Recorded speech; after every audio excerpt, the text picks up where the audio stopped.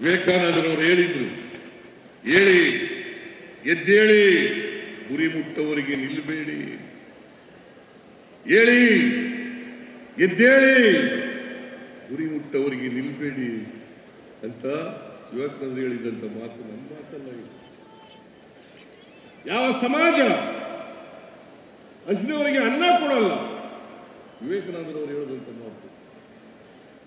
ಯಾವ ಸಮಾಜ ಹಸಿದವರಿಗೆ ಅನ್ನ ಕೊಡಲ್ಲ, ಅಂತ ಸಮಾಜದಲ್ಲಿ, ಅಂತ ಧರ್ಮದಲ್ಲಿ ನನಗೆ ನಂಬಿಕೆ ಇಲ್ಲ. ಯಾರು ಹೇಳಿದ್ದು? ಹೇಳಿದಂತ ಮಾತು, ನಾನು ಹೇಳಿದಂತ ಮಾತಲ್ಲ, ವಿವೇಕಾನಂದರು ಹೇಳಿದಂತ ಮಾತು. ಯಾವ ಧರ್ಮದಲ್ಲಿ ಅನ್ನ ಕೊಡಲ್ಲ, ಯಾವ ಸಮಾಜ ಅನ್ನ ಕೊಡಲ್ಲ ಹಸಿದವರಿಗೆ, ಅಂತ ಸಮಾಜದಲ್ಲಿ ನಂಬಿಕೆ ಇಲ್ಲ, ಧರ್ಮದಲ್ಲಿ ನಂಬಿಕೆ ಇಲ್ಲ. ಯಾರು ಹೇಳಿದ್ದು? ವಿವೇಕಾನಂದರಂತ ಸಂತ, ವಿವೇಕಾನಂದರಂತ ಸಂತ ಹೇಳಿದಂತ ಮಾತು. ವಿವೇಕಾನಂದರವರ ಜಯಂತಿಯನ್ನು ಆಚರಣೆ ಮಾಡಲಿಕ್ಕೆ ಪ್ರಾರಂಭ ಮಾಡಿದ್ದು ರಾಜೀವ್ ಗಾಂಧಿಯವರ ಕಾಲದಲ್ಲಿ 1984 85ನೇ ಇಸ್ವಿನಲ್ಲಿ ಜಾರಿಯಾಯಿತು ರಾಜೀವ್ ಗಾಂಧಿಯವರು. ಯಾಕೆಂದ್ರೆ ರಾಜೀವ್ ಗಾಂಧಿ ಅವರಿಗೂ ಕೂಡ ಯುವಕರ ಬಗ್ಗೆ ಅಪಾರವಾದಂತ ನಂಬಿಕೆ, ವಿಶ್ವಾಸ ಇತ್ತು.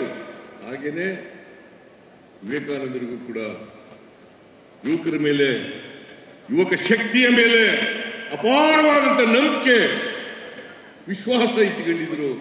ಯುವಕರೇ, ಯುವತಿಯರೇ ಈ ದೇಶದ ಆಸ್ತಿ ಅಂತಕ್ಕಂಥ ಮಾತುಗಳನ್ನು ಹೇಳ್ತಾ ಇದ್ರು. ಅದಕ್ಕೋಸ್ಕರ ಈ ಯುವನಿಧಿ ಕಾರ್ಯಕ್ರಮವನ್ನು ವಿವೇಕಾನಂದರವರ ಜಯಂತಿ ದಿನದಂದೇ ಆಚರಣೆ ಮಾಡಬೇಕು ಅಂತೇಳಿ ಇವತ್ತು ಶಿವಮೊಗ್ಗದಲ್ಲಿ ಇದನ್ನು ಆಚರಣೆಗೆ ಕೊಟ್ಟಿದ್ದೇವೆ. ನಿರುದ್ಯೋಗ ಈ ದೇಶದಲ್ಲಿ ಬೆಳೀತಾ ಇದೆ.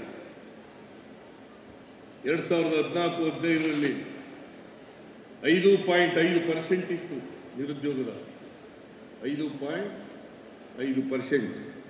ಇವತ್ತು ಎಷ್ಟಿದೆ ಗೊತ್ತಾ ನಿರುದ್ಯೋಗ? 100ಕ್ಕೆ 10.5. 100ಕ್ಕೆ 10.5 ಇವತ್ತು ನಿರುದ್ಯೋಗ ಬೆಳೆದಿದೆ. 5.5ರಿಂದ 10.5ಕ್ಕೆ ಏರಿದೆ. ನಿರುದ್ಯೋಗದ ಸಮಸ್ಯೆ ಬಗೆಹರಿದಿಲ್ಲ, ಜಾಸ್ತಿ ಆಗ್ತಾ ಇದೆ. ಯುವಕರು ನಮಗೆ ಭವಿಷ್ಯ ಇಲ್ಲ ಅಂತ ಹೇಳಿ ಭ್ರಮನಿಷ್ಠರಾಗ್ತಾ ಇದ್ದಾರೆ. ಇಂಥ ಪರಿಸ್ಥಿತಿಯಲ್ಲಿ ಯುವ ನಿಧಿ ಮಾಡಬೇಕೋ ಬೇಡ? ಮಾಡಬೇಕು. ಅದಕ್ಕೋಸ್ಕರ ನಮ್ಮ ಪಕ್ಷ, ನಮ್ಮ ಸರ್ಕಾರ ಇದನ್ನ ತೀರ್ಮಾನ ಮಾಡಿ ಇವತ್ತು ಈ ಯುವ ನಿಧಿಯ ಕಾರ್ಯಕ್ರಮವನ್ನು ಮಾಡಿದ್ದೇವೆ. ಇವತ್ತು ರಾಜ್ಯದ 1,50,00,000 ಕುಟುಂಬಗಳು ಒಂದಲ್ಲ ಒಂದು ಸುಮಾರು 5,000ರಿಂದ 6,000 ರೂಪಾಯಿ ಸರ್ಕಾರದಿಂದ ಪಡೀತಾ ಇದ್ದಾವೆ. 5,000ರಿಂದ 6,000 ರೂಪಾಯಿ ಸರ್ಕಾರದಿಂದ ತಿಂಗಳಿಗೆ, ಪ್ರತಿ ತಿಂಗಳಿಗೆ 5ರಿಂದ 6,000 ರೂಪಾಯಿ